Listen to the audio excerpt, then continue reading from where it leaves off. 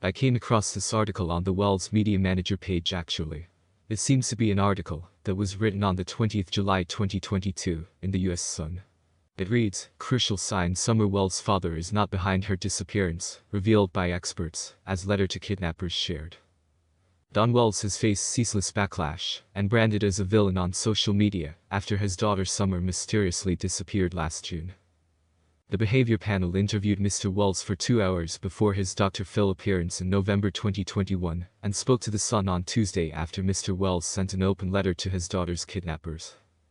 "Mr. Wells is no choir boy, but he's also not a criminal mastermind," said Greg Hartley, a retired military interrogator and one of the 4 members of the behavior panel.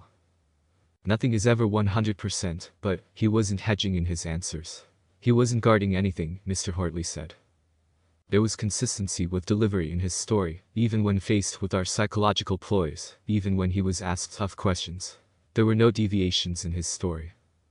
All 4 members of the behavior panel agreed that Mr. Wells didn't hurt Summer, something that has happened only 2 or 3 times in their decades of providing insight on public interest cases. Mr. Hartley said they asked Mr. Wells if he hurt Summer or if he had anything to do with her disappearance. His answer was no, and his story was consistent, Mr. Hartley said.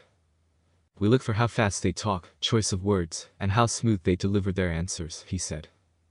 "When faced with questions like that, it becomes a fight-or-flight reaction and turns off your thinking brain. You just react. Some can come in with a script, but we can break that pretty quickly." Don didn't have a script, and he never deviated from his story. There were no anomalies. Some have pointed out that he looked nervous around authorities. Of course. He's been in trouble with the law before. He's not a choir boy, and he doesn't pretend to be, but I don't think he did this.